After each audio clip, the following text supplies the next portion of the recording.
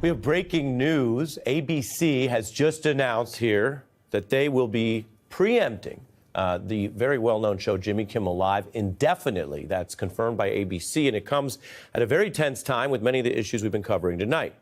There was a backlash on the right because Jimmy Kimmel, after the Charlie Kirk shooting, made the statement that he viewed, quote, new lows with the MAGA gang desperately trying to characterize this kid who murdered Charlie Kirk as anything other than one of them, and with everything they can to score political points from it, end quote. I've just read part of what Jimmy Kimmel had said, which includes what sounds like an inaccurate reference to the shooter. We've followed, of course, that case closely on this broadcast. Andrew Weissmann, DOJ and FBI veteran, is here with me.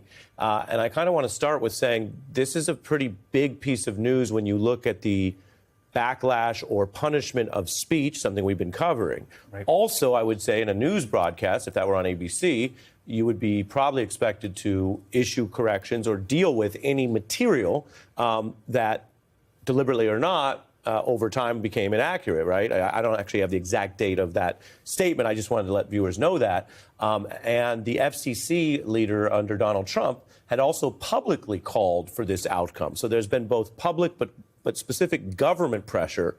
Your reaction to this news? Well, one, it's worth taking a pause because we will learn more about exactly what the statements are and sort of how this came about.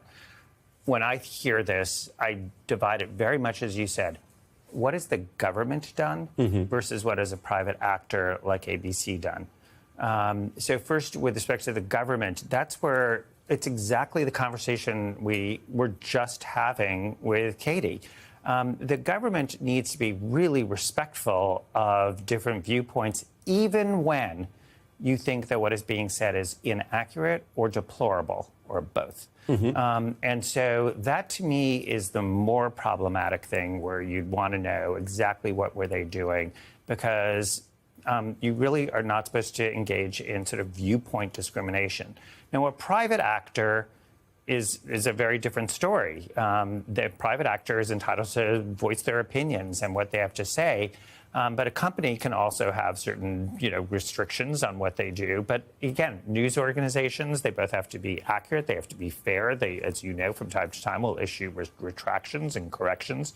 But also, news organizations should be the first to be defending the First Amendment. Yes, and while we are just getting this is brand new. Yep. We know that Brendan Carr, the FCC chief, had talked about this and talked about potentially using government power and fines. He said they really should pull Kimmel.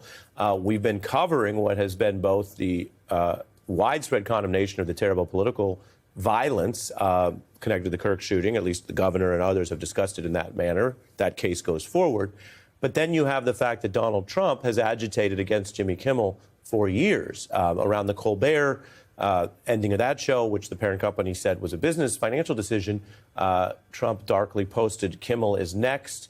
They have been feuding for years. And so even for those who might be very justifiably concerned about any statement or misstatement about that violence or Kirk, how do you view this from the oversight perspective of whether or not this has to also be reviewed for whether the government was trying to do the political bidding of the president to get rid of a critic? Yeah, well, look, CEG Lisa Cook, where that is exactly what she is saying, which is that she is being targeted so that he can control the Fed.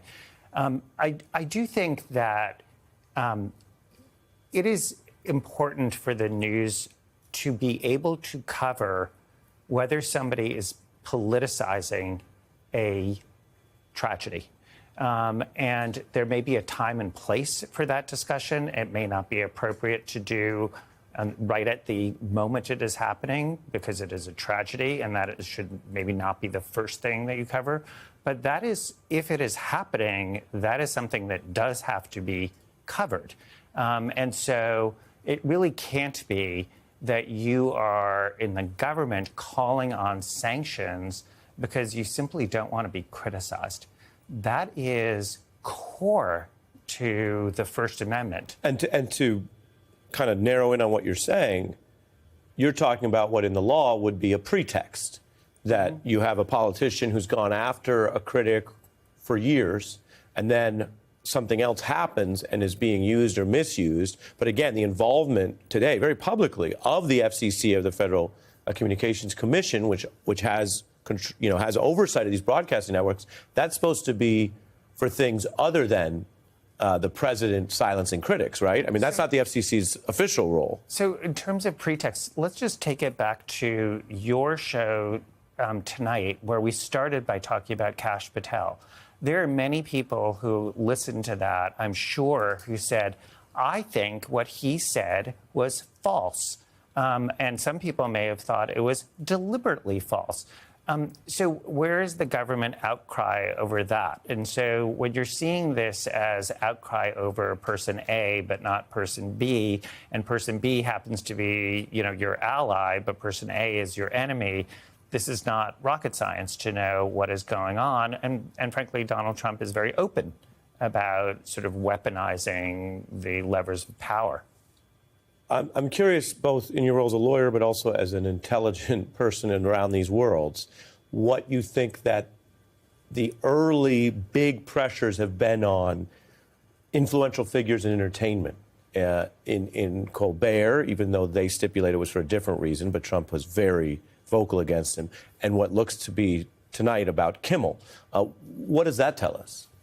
So I'm going to tell you a very quick story. When I had lunch with my parents and I asked them about the McCarthy era, Joseph McCarthy, Sure. and I said, compare that, living through that, and living through Trump 1.0.